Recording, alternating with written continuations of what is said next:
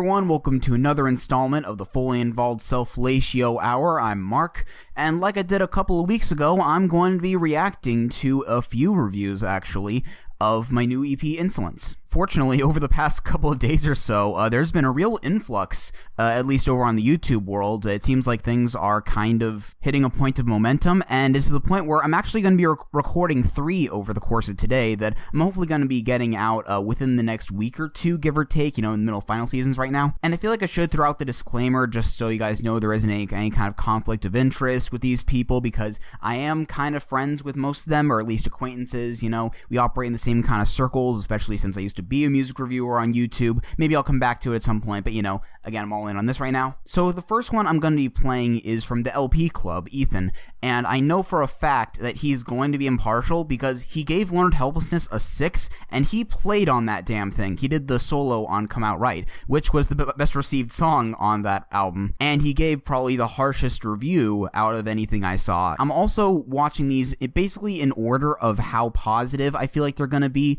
From the messages I was getting from Ethan here and there, he was kind of cryptically telling me he was really enjoying the thing. My strategy is basically to watch this, then Rewind reviews sort of toward the middle, and then Spectrum Pulse where my ego can really take a beating. And I'll detail my perspective on that once I get to that video, but I really do respect all these guys a lot. So let's put the headphones on and get started with the first one today, the one for this video, the LP Club. And also full disclosure, I'm putting this on 1.25 speed just for the sake of brevity. Honestly, it is how I watch a lot of reviews. Not that reviewers speak too slowly in general, but I'm a millennial. I don't really have that much of an attention span. I already gave a lot of my more basic talking points in the Music Forever video, so I feel like with these, I'll have a chance to give, even more kind of deep and I don't want to say insight, because how much that really saying, because it's my own music, but I'm just going to shut up and play the damn thing.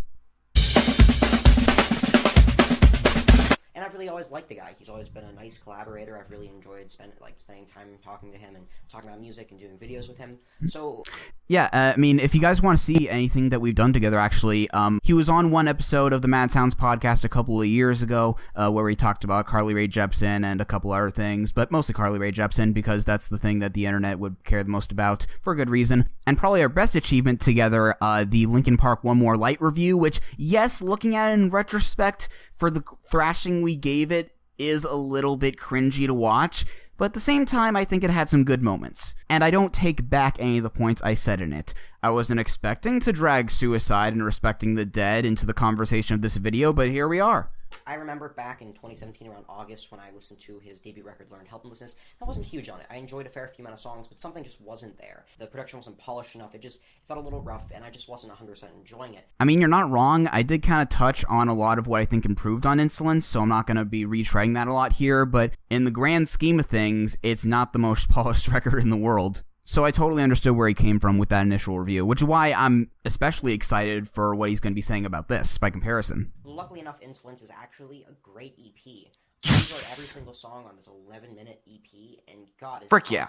There's not a song over 4 minutes, and it just feels powerful and raging throughout.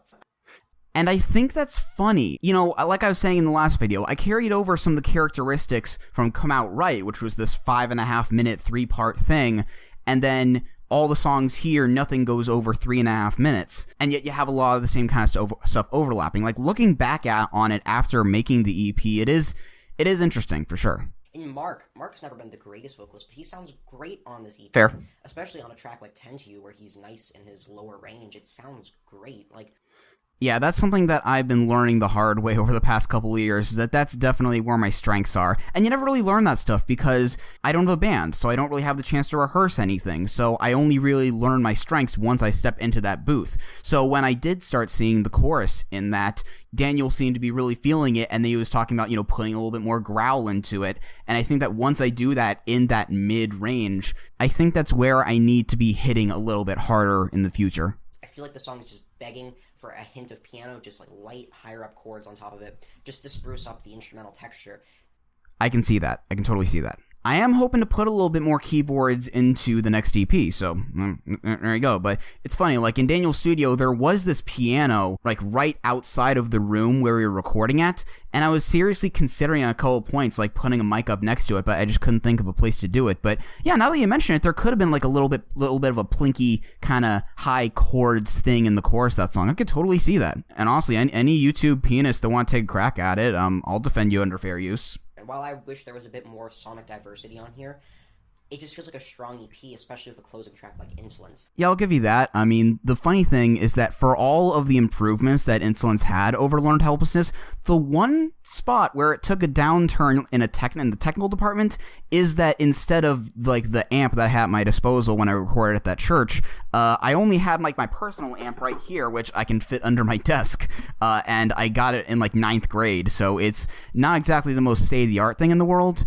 And as far as I can tell, the only time I really changed the tone is when I went either totally clean or like when Powers played around with the knobs a little bit when he played the outro solo on the title track. Still think it works for every individual track, but yeah, as an 11-minute piece, that's fair.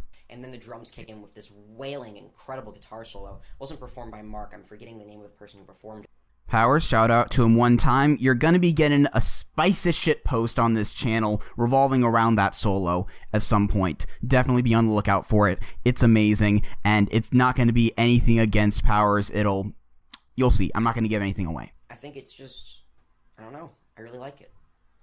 It's okay, man. I understand the struggles of doing a review when you didn't completely script it out. Sometimes it's good to sort of have those moments of being like, yeah, there it is.